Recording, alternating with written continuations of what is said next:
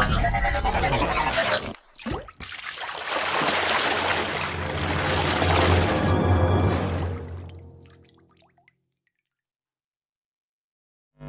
everybody, VAC Value Added Courses for Science.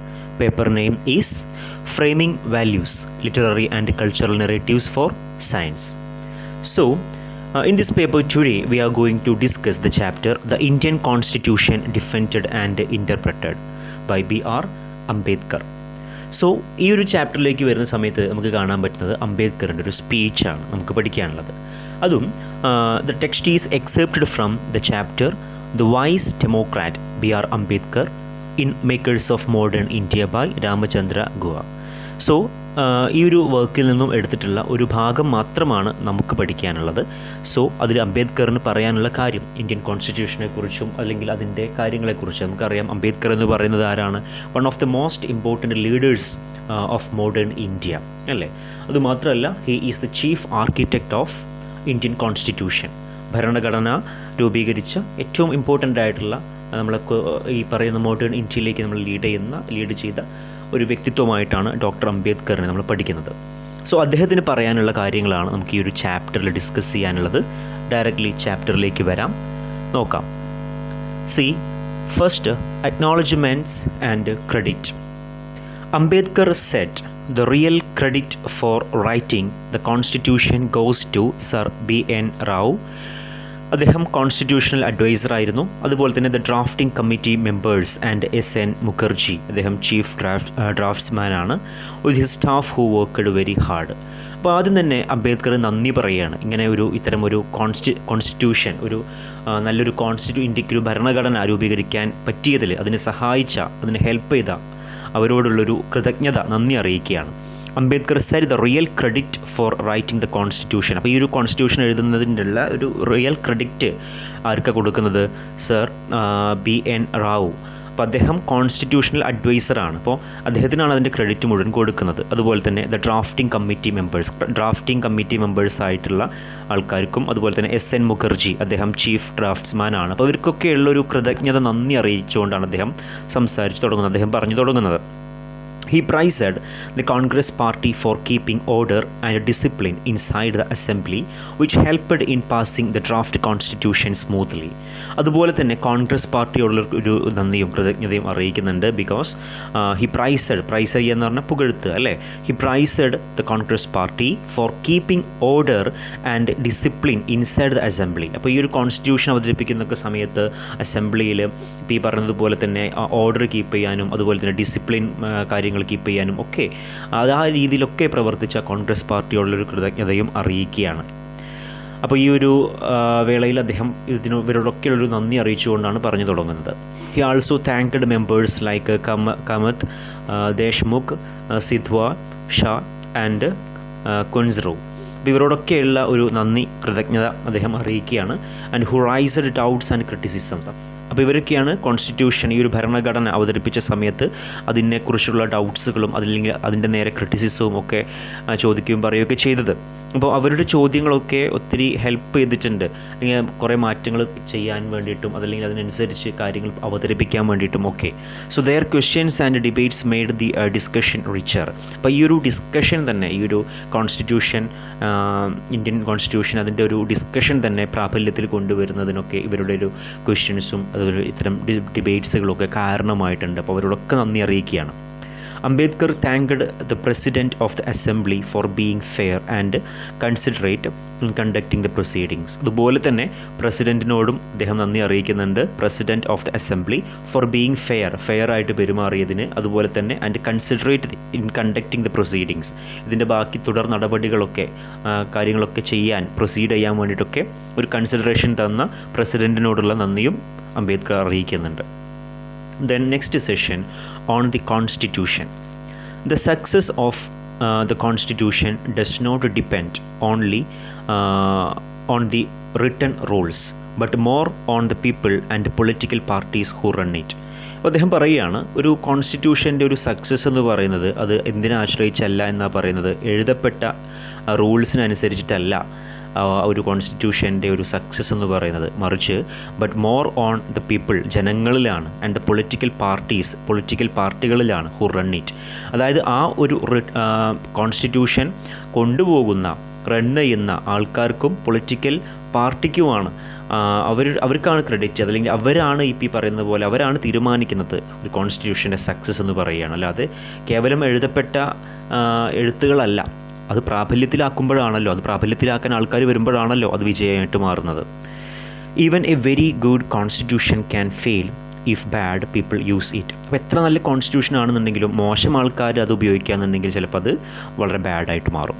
And even a weak constitution, ഒരു ദുർബലമായ ഒരു ഭരണഘടനയാണ് എങ്കിൽ can work well if good people are in charge. പക്ഷേ അത് നല്ല ആൾക്കാരാണ് അത് വർക്ക് ചെയ്യുന്നത് എങ്കിൽ, അത് പ്രാവർത്തികമാക്കുന്ന അല്ലെങ്കിൽ അതിനനുസരിച്ച് നിൽക്കുന്നതെങ്കിൽ തീർച്ചയായിട്ടും ആ ഒരു കോൺസ്റ്റിറ്റ്യൂഷൻ നല്ലതാവാൻ സാധ്യതയുണ്ട്. ചുരുക്കി പറഞ്ഞാൽ ആരുടെ കയ്യിലാണോ കോൺസ്റ്റിറ്റ്യൂഷൻ കിട്ടുന്നത് അയാൾക്കനുസരിച്ചിരിക്കും, അയാളുടെ പെരുമാറ്റം, അയാളുടെ ഗുഡ് ഓർ ബാഡ് അതിനനുസരിച്ചിരിക്കും ഭരണഘടനയുടെ ഗുഡ് ഓർ ബാഡ് എന്ന് പറയുന്നത്. Okay, then warnings for Indian democracy. Use constitutional methods. അപ്പോൾ അതിലൊന്നാമത്തെ കാര്യം പറയുന്നത് കോൺസ്റ്റിറ്റ്യൂഷണൽ മെത്തേഡ്സുകൾ ഉപയോഗിക്കാൻ പറയുകയാണ്. ഓക്കെ, അതായത് people must achieve their goals through legal and constitutional ways. അപ്പോൾ ആൾക്കാർ അവരുടെ റൈറ്റ്സ് മറ്റ് കാര്യങ്ങളൊക്കെ നേടിയെടുക്കുന്നത് ലീഗലി ആയിരിക്കണം. അതുപോലെ തന്നെ കോൺസ്റ്റിറ്റ്യൂഷൻ ഭരണഘടന നിഷ്കർഷിക്കുന്ന വിധേനയായിരിക്കണം.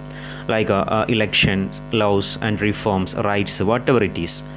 And not by using revolutions, civil disobedience or satyagraha when legal ways are open. So നിയമസാധ്യതകൾ ഉണ്ടാവുന്ന സമയത്ത്, അല്ലെങ്കിൽ അതിൻ്റെ ഒരു ഡോർ അവിടെ, ഒരു നല്ലൊരു ഭരണഘടന അവിടെ ഉണ്ടാവുന്ന സമയത്ത് അത് നിഷ്കർഷിക്കുന്ന കാര്യങ്ങൾ ചെയ്യാതെ അതിന് വിപരീതമായിട്ട് റെവല്യൂഷൻസോ അതല്ലെങ്കിൽ സിവിൽ ഡിസൊബീഡിയൻസോ ഒക്കെ ചെയ്തുകൊണ്ടായിരിക്കരുത് ഒരു കാര്യം ആവശ്യപ്പെടുന്നത്. അത് റൈറ്റോ ലോ അതല്ലെങ്കിൽ എന്തോ ആയിക്കോട്ടെ, അത് ആവശ്യപ്പെടാൻ അതിൻ്റേതായൊരു രീതിയുണ്ട്, ഒരു കോൺസ്റ്റിറ്റ്യൂഷണൽ മെത്തേഡിൽ വേണം അത് ചെയ്യാൻ എന്ന് പറയുകയാണ്. Then beware of hero worship, അതായത് ഭക്തി. Blind devotion to great leaders in politics is dangerous. അദ്ദേഹം പറയുകയാണ്, അന്ധമായ ഒരു വിശ്വാസവും അന്ധമായ ഒരു ആരാധനയും ആരോട്? പൊളിറ്റിക്കൽ ലീഡേഴ്സിനോട്, അത് ഡേഞ്ചറസ് ആണെന്ന് പറയുകയാണ്. ഇറ്റ് ക്യാൻ ഡിസ്ട്രോയ് ഡെമോക്രസി, അത് ഡെമോക്രസി നശിപ്പിക്കും. ആൻഡ് ലീഡ് ടു ഡിക്റ്റേറ്റർഷിപ്പ്, അത് എന്തിലേക്ക് കാരണമാകും? ഡിക്റ്റേറ്റർഷിപ്പ് എന്ന് വെച്ചിട്ടുണ്ടെങ്കിൽ എന്താണ്? ഡിക്റ്റേറ്റർഷിപ്പ് എന്ന് വെച്ചിട്ടുണ്ടെങ്കിൽ സ്വേച്ഛാധിപത്യ ഭരണം അല്ലേ. അപ്പോൾ അത് ഈ ഡെമോക്രസിയെ നശിപ്പിച്ചിട്ട് അതിന് പകരം സ്വേച്ഛാധിപത്യ ഭരണത്തിലേക്ക് അത് വഴിതെളിക്കും എന്ന് പറയുകയാണ്. Then resolve social and economic inequality. Then അദ്ദേഹം പറയുന്നുണ്ട്, in politics every one is equal because of one person one vote. അപ്പോൾ എല്ലാവർക്കും അതിൻ്റേതായുള്ള ഇമ്പോർട്ടൻസ് ഉണ്ട്, വൺ പേഴ്സൺ വൺ വോട്ട് എന്ന രീതിയിലാണ്. But in society and economy there is still inequality. പക്ഷേ നമ്മുടെ സമൂഹത്തിലും സമ്പദ് വ്യവസ്ഥയിലും അവിടെയും ഇവിടെയൊക്കെ ആയിട്ട് ഒത്തിരി ഇനീക്വാലിറ്റീസ് ഉണ്ടെന്ന് പറയുകയാണ്. For example rich versus poor, rich poor, അതുപോലെ high class low class, high caste low caste എന്നിങ്ങനെയൊക്കെ ഒത്തിരി ഇനീക്വാലിറ്റീസ് ഉണ്ട്, ഡിസ്ക്രിമിനേഷൻസ് ഉണ്ട്, മാർജിനലൈസേഷൻസ് ഉണ്ട്. If this contradiction continues for long democracy itself will be in danger. അപ്പോൾ ഈ ഒരു കോൺട്രാഡിക്ഷന് ഇത് കണ്ടിന്യൂ ചെയ്ത് ഇനിയും കുറേ കണ്ടിന്യൂ ചെയ്ത് പോവുകയാണെന്നുണ്ടെങ്കിൽ ഡെമോക്രസി എന്ന് പറയുന്നത് ഒരു വലിയൊരു ആപത്തിലേക്ക് നീങ്ങും എന്ന് പറയുകയാണ്. സോ ഇതൊക്കെ തുടച്ചു മാറ്റേണ്ട സമയം എന്നെ അതിക്രമിച്ചിരിക്കുന്നു എന്നാണ് അദ്ദേഹം ഉദ്ദേശിക്കുന്നത്. പ്രൊമോട്ട് ഫ്രറ്റേണിറ്റി, അതായത് ബ്രദർഹുഡ്. നമ്മളെപ്പോഴും ഒരു സർവ്വസാഹോദര്യം, ഒരു ഐക്യം ഒക്കെ ആ ഒരു രീതിയിൽ വേണം നമ്മൾ ജീവിക്കാനായിട്ട്. Real democracy is possible only if Indians feels a sense of brotherhood and unity. നമ്മൾ ഇന്ത്യയുടെ ഇന്ത്യൻ പ്ലഡ്ജിൽ നമ്മൾ പറയുന്നൊരു കാര്യമാണ് അല്ലേ, ഇന്ത്യയിലെ എല്ലാവരും എൻ്റെ സഹോദരങ്ങളാണെന്ന് പറയുന്ന. അപ്പോൾ ഒരു ബ്രദർഹുഡ് ഫീൽ നമ്മളെപ്പോഴും വളർത്തിയെടുക്കണം, ഒരു ഫ്രറ്റേണിറ്റി നമ്മൾ പ്രൊമോട്ട് ചെയ്യണം എന്നാണ് അവിടെ ഉദ്ദേശിക്കുന്നത്. എന്നാലേ നമുക്കൊരു യൂണിറ്റി, നല്ല രീതിയിൽ ഡെമോക്രസി പോസിബിൾ ആവുള്ളൂ. Without fraternity equality and liberty will remain shallow and temporary. അപ്പോൾ ഈ പറയുന്നൊരു ഫ്രറ്റേണിറ്റി, ഈ പറയുന്നൊരു ബ്രദർഹുഡ് ഇല്ല എങ്കിൽ ഇക്വാലിറ്റി, അതുപോലെ തന്നെ ലിബർട്ടി, ഇതൊക്കെ ഒന്നും അല്ലാതെ ആയിട്ട് മാറും, കേവലം താൽക്കാലികമായിട്ട് മാത്രം, പേരിന് മാത്രം ആയിട്ട് ഒതുങ്ങും. Responsibilities and dangers. നോക്കൂ, after independence Indians cannot blame the British anymore if things go wrong. അപ്പോൾ ഇൻഡിപെൻഡൻസിന് ശേഷം ഇന്ത്യക്കാർക്ക് ഒരിക്കലും ബ്രിട്ടീഷുകാരെ കുറ്റപ്പെടുത്താൻ പറ്റില്ല, ഇന്ത്യ ഇങ്ങനെയായി അങ്ങനെയായി എന്ന് പറഞ്ഞാണ്ട്. കാരണം ഇപ്പോൾ ഇന്ത്യ ഭരിക്കുന്നത് ഇന്ത്യക്കാർ തന്നെയാണ്. Now the responsibility is on the people themselves. The poor and downtrodden classes want to govern themselves. പാവപ്പെട്ട ആൾക്കാരുണ്ടായിരിക്കും, ഡൗൺ ട്രോഡൻ ചവിട്ടിയരയ്ക്കപ്പെടുന്ന മാർജിനലൈസേഷൻ വിധേയമാകുന്ന ആൾക്കാരുണ്ടാവാം. അവർക്കൊക്കെ എന്ത് ചെയ്യണം? They want to govern themselves and if their wishes are ignored it may lead to class struggles and division in society. അപ്പോൾ അവരൊക്കെ മുൻപിലേക്ക് കൊണ്ടുവരേണ്ട കാലം അതിക്രമിച്ചിട്ടുണ്ട്. അവർക്കെല്ലാം തനതായ റോള് കൊടുത്ത് അവർക്കെല്ലാം അവരുടെ എല്ലാ പ്രശ്നങ്ങളും സോൾവ് ചെയ്തുകൊണ്ട് അവരെയും മുഖ്യധാരയിലേക്ക് കൊണ്ടുവരണം. ഒരു ഇക്വാലിറ്റി കീപ്പപ്പ് ചെയ്യണം. Political power should not remain in the hands of only a few people. ഈ പൊളിറ്റിക്കൽ പവർ എന്ന് പറയുന്നത് that should not remain in the hands of only a few people. കുറച്ച് ആൾക്കാരുടെ കൈൻ്റെ ഉള്ളിൽ മാത്രം ഒതുങ്ങുന്ന ഒന്നല്ല political power. It must be shared widely among all. അത് എല്ലാവരിലേക്കും അത് എത്തിക്കണം. ഈ ഒരു പവർ എന്ന് പറയുന്നത് എല്ലാവരിലേക്കും എത്തിക്കണം. അത് കുറച്ച് ആൾക്കാർക്ക് മാത്രം എപ്പോഴും കാലാകാലമായിട്ട് ഉപയോഗിച്ച് ഭരിക്കാനുള്ളതല്ല. Because times are changing fast. ഈ കാലം പെട്ടെന്ന് മാറിക്കൊണ്ടിരിക്കുകയാണല്ലോ, അതിനനുസരിച്ച് മാറ്റങ്ങൾ പലതും ഉണ്ടാകും.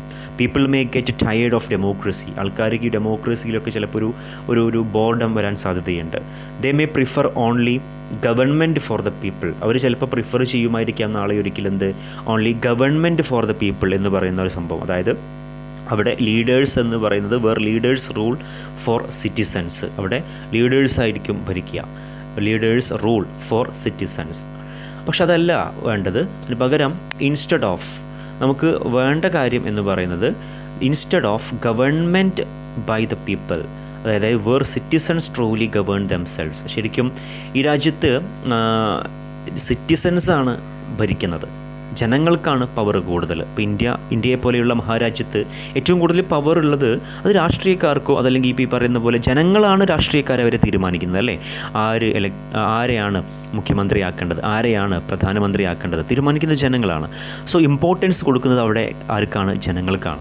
പക്ഷെ നാളെ ഒരിക്കൽ ചിലപ്പോൾ ഇതൊന്നും അല്ലാതെ ആയി മാറാം എന്ന് പറയുകയാണ്. ഈ അല്ലാതെ ഗവൺമെൻറ് തന്നെ ജനങ്ങളെ ഭരിക്കുന്ന രീതിയിലേക്കൊക്കെ ആകുന്ന രീതിയിലേക്ക് ഒരു ഏകാധിപത്യം എന്നുള്ളതാണ് ഉദ്ദേശിക്കുന്നത്. ആ രീതിയിലേക്കൊക്കെ നാളെ ആകുമായിരിക്കും. അങ്ങനെ ആവരുത്, അത് ഡേഞ്ചറസ് ആണ് എന്നാണ് അദ്ദേഹം ഉദ്ദേശിക്കുന്നത്. This is dangerous and to save democracy, ഈ ഡെമോക്രസിയെ സേവ് ചെയ്യണമെങ്കിൽ India must quickly recognise and remove social evils like inequality and injustice. നമ്മുടെ സൊസൈറ്റിയിൽ, നമ്മുടെ ഇന്ത്യയിൽ സ്വാതന്ത്ര്യം കിട്ടി എന്നാൽ പോലും ഒത്തിരി ഇനീക്വാലിറ്റീസ്, ഒത്തിരി ഇൻജസ്റ്റിസ് ഒക്കെ ഉണ്ട്. അപ്പോൾ അതെന്തൊക്കെയാണ് എന്ന് കണ്ടുപിടിക്കുകയും അതൊക്കെ സോൾവ് ചെയ്യുകയും റെക്കഗ്നൈസ് ചെയ്യുകയും അതൊക്കെ സോൾവ് ചെയ്ത് അതൊക്കെ റിമൂവ് ചെയ്ത് അങ്ങനെ നല്ലൊരു ഇന്ത്യയെ മോൾഡ് ചെയ്തെടുക്കാനും വേണ്ടിയിട്ട് പറ്റണം എന്ന് അദ്ദേഹം പറയുകയാണ്. ഇൻ ഷോർട്ട്, ചുരുക്കി പറഞ്ഞാൽ, Ambedkar's last speech want that Indian democracy will survive only if people use peaceful constitutional methods. അപ്പോൾ അംബേദ്കർ പറയുന്നൊരു സ്പീച്ചിലൂടെ ചുരുക്കി പറഞ്ഞാൽ അംബേദ്കർ പറയുന്ന കാര്യം എന്ന് പറയുന്നത് ഒരു നല്ലൊരു ഡെമോക്രസി സർവൈവ് ചെയ്യണമെന്നുണ്ടെങ്കിൽ അതിന് നല്ലൊരു പീസ്ഫുൾ ആയിട്ടുള്ള ഈ ഒരു കോൺസ്റ്റിറ്റ്യൂഷൻ, ഇന്ത്യൻ കോൺസ്റ്റിറ്റ്യൂഷണൽ മെത്തേഡ്സ് ജനങ്ങൾ ഫോളോ ചെയ്യണം. Avoid blind hero worship. ആരിലും അന്ധമായിട്ട് വിശ്വസിക്കുന്ന രീതിയിലൊരു ആരാധന ഒരു പൊളിറ്റിക്കൽ ലീഡേഴ്സിനോ പാടില്ല. Remove inequality. സൊസൈറ്റിയിലെ ഇനീക്വാലിറ്റീസൊക്കെ എടുത്തു മാറ്റണം. Spread brotherhood. എങ്ങും സർവ്വസാഹോദര്യം വിതരണം. And take responsibility for their own future. നമ്മുടെ ഫ്യൂച്ചറിന് വേണ്ടിയിട്ട് നമ്മൾ തന്നെയാണ് ചെയ്യേണ്ടത്. റെസ്പോൺസിബിലിറ്റി നമ്മളിൽ തന്നെയാണ് എന്നുള്ള തോന്നൽ, ഒരു ബോധം എപ്പോഴും എല്ലാവർക്കും വേണം. So this is the chapter. Students, hope you understood. Anyway, bye all. Thank you.